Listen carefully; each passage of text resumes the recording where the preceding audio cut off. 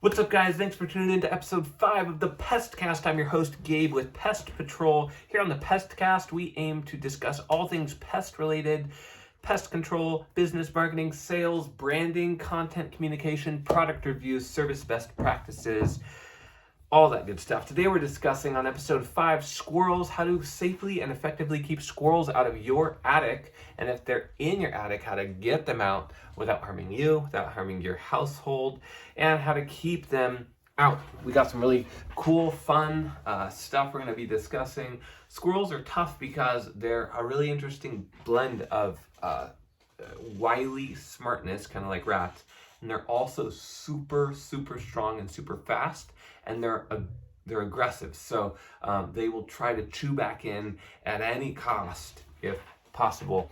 And because they're rodents, they also communicate a lot via pheromone trails. And so we're going to discuss how you can get them out and keep them out so that they stop trying to come back and chew through your gutters. So let's talk about squirrels just a little bit. On the previous episode of the Pestcast, we discussed ants and how ants communicate via pheromone trails.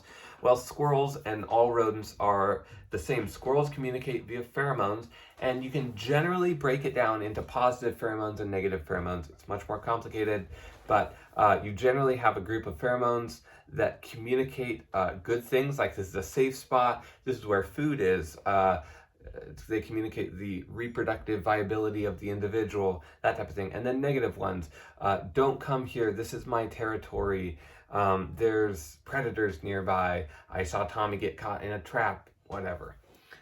Those are negative pheromones. So as you're dealing with excluding rodents, and especially smarter ones like rats and squirrels, you need to factor in pheromone trails a lot into the trapping, into the exclusion, and into keeping them out.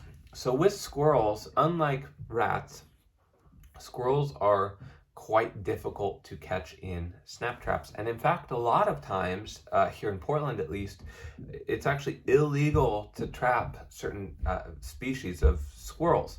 They're considered a protected sort of class of animal. You can't trap them, so you have to exclude them. And so here at Pest Patrol, we don't really do squirrel trapping at all. We just have washed our hands clean of the trapping process for squirrels. And if people need squirrels taken care of, we use one-way doors to get them out of their attic. The one-way doors we use are sourced through animal eviction products. And you can find other sort of one-way doors on Amazon, other places online, Home Depot, etc. One-way doors are a really simple concept. Basically, it allows the rodent, the squirrel in this case, and you can get bigger ones for raccoons and cats and stuff.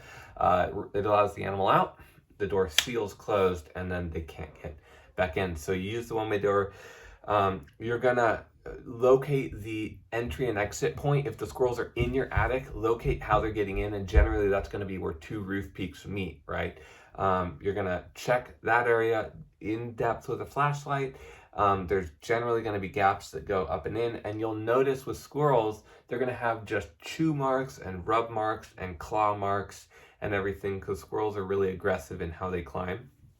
And they're just chewing non-stop.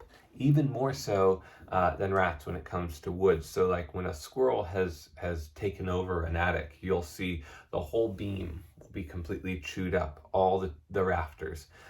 It's incredible. So you locate the squirrel entry points, which is either going to be, again, where two roof peaks meet, chewed through vent at the top of a roof, or a rotted out fascia board. So if a gutter is sagging, sometimes that fascia board will become exposed and squirrels will literally chew right through. In fact, I just saw a picture today, one of our techs, Sam, he came in and showed me a picture, and the squirrel had literally chewed through the gutter, like the metal gutter. So squirrels are very aggressive, especially when they need to get in somewhere. So you have to make sure that you exclude it really well. So you'll bait it, the squirrel will come out, make sure that it is out, and then you'll seal everything up, right? At that point, we recommend doing an inspection of your attic just to make sure you don't have any nests in there with young squirrels. If you do, carefully removing those will be important.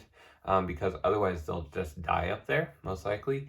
And removing them, placing them in a place where the mother squirrel can come back and grab them, which she will do, it is going to be really important. So otherwise, they'll probably die up there, and you're going to have a smell on your hands that is not an enjoyable process.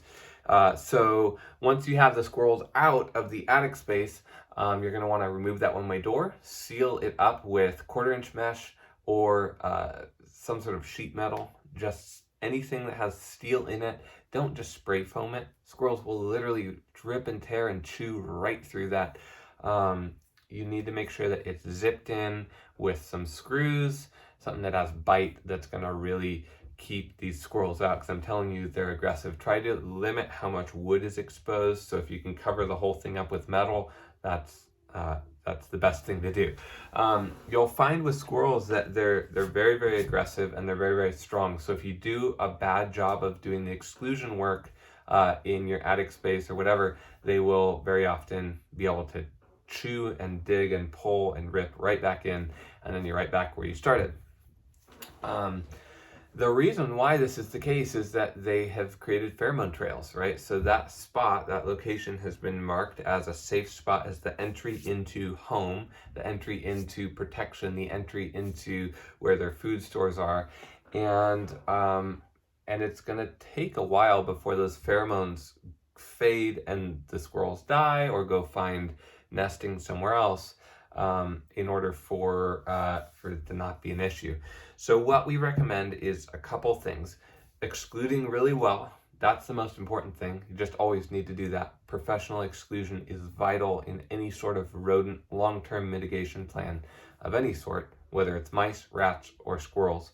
But then also, we recommend doing an attic space restoration. So pulling out all the infested urine-soaked droppings, infested insulation and nesting material, just pull it all out, dispose of it, sanitize the whole area. So you're getting enzymatic cleaners in there that are scrubbing down everything, and then you're replacing all the old insulation with fresh stuff. So you're basically disrupting all the just years and years and years of pheromone trails that are now getting removed, discarded safely, and then you're disrupting everything. So it's making it less and less and less like their home. This is an important step. A lot of people don't want to do it because attic and crawl space restorations, they can just get expensive.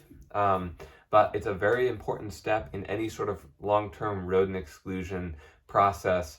Rodents are much, much more likely to come back to a structure that is still currently infested with droppings, urine, nesting, that sort of thing, just because it's a more comfortable environment, right?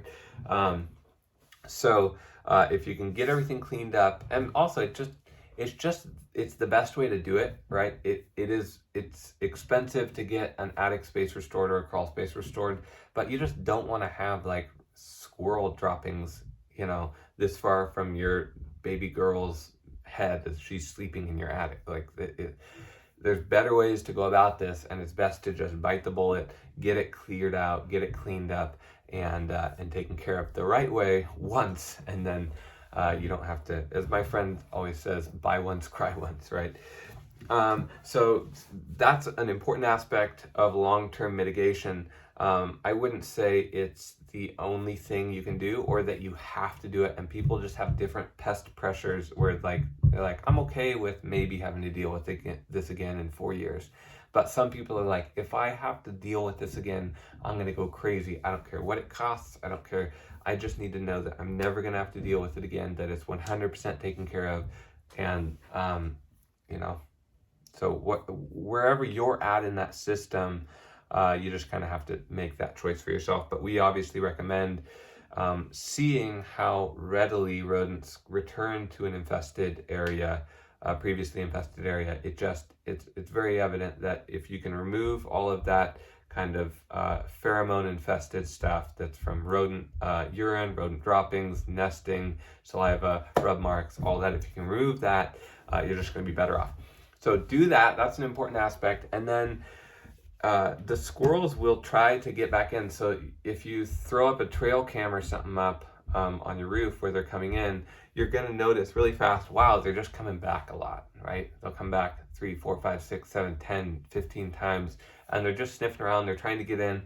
And again, a lot of that is just their pheromone trails. They're having to figure out, like, well, this was supposed to be safe. This was supposed to be safe. I've always come in here, right?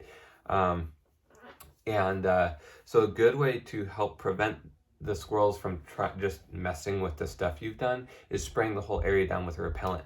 And so this is a reason, or this is an application where repellent can be really, really helpful.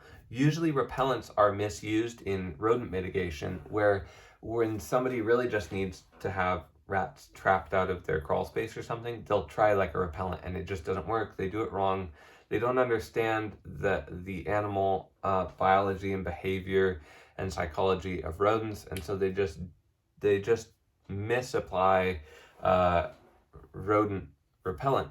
But something like this, where you have an attic space that you've already excluded, there's nothing in there currently, and you're just trying to keep them away from a certain specific point, i.e. keep them from chewing on the wood there, that type of thing, a repellent can be the perfect option. And we see tons and tons of success using repellents on these areas, where eventually they just they're so tired of having to deal with being around that repellent, it's just much easier for them to go elsewhere. And so think of it like this: if there was an opening and there's repellent all around it, all they have to do is just walk right through and then not interact with the repellent. But in this case, because it's excluded, they have to sit there right next to the repellent, sometimes literally chewing on the repellent in order to get in. And it's much more goes against their sort of instinctual, like, I don't like being exposed, I don't like being overwhelmed, that type of thing that all rodents are going to adhere to generally. So that's a perfect application for a repellent of some sort. And there's lots of them on the market. Honestly, probably most anything that's just weird up there, you could probably spray it down with vinegar. I don't know. But what we use is actually the Nature Side Pest Management X2 product, which is the same product that we use for our exterior perimeter sprays. It's a repellent product. And it's rated for rodents, for rats and mice. And so we'll spray it up around these areas that we're trying to exclude, not to treat for insects, but actually to treat as a repellent against squirrels, rats, and mice that may be trying to get back into that area. Works fantastic. The active ingredients in it are cinnamon oil and cedarwood oil. And I'm telling you guys, repellents like this, they're gold in this type of situation. If you do that, you will see the squirrel activity greatly diminished in that area that you sprayed it. It's not to say they're never going to try to get back in, but at least for the short term, it allows them to go find another nesting spot, find a different person's attic, right, to infest. Hey, because everybody should be doing regular attic inspections, and if you're doing it, you can make sure your home's safe. That's not to say everybody around you is doing that, but it's not necessarily your job.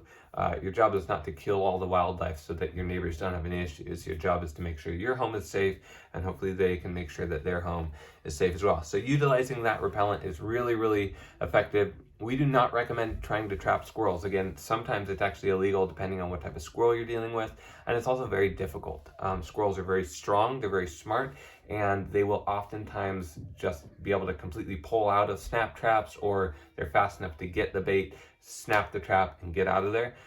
So don't try to trap squirrels. Just get them out, seal everything up, do the exclusion professionally, and get some good repellent up there, and you're going to be good to go. So I hope that's helpful, guys, and just some really safe, practical steps to get squirrels out of your attic and to keep them out. Don't forget to do annual or twice annual crawl space and attic space inspections. Make sure that your home and your household is safe from pests of any sort.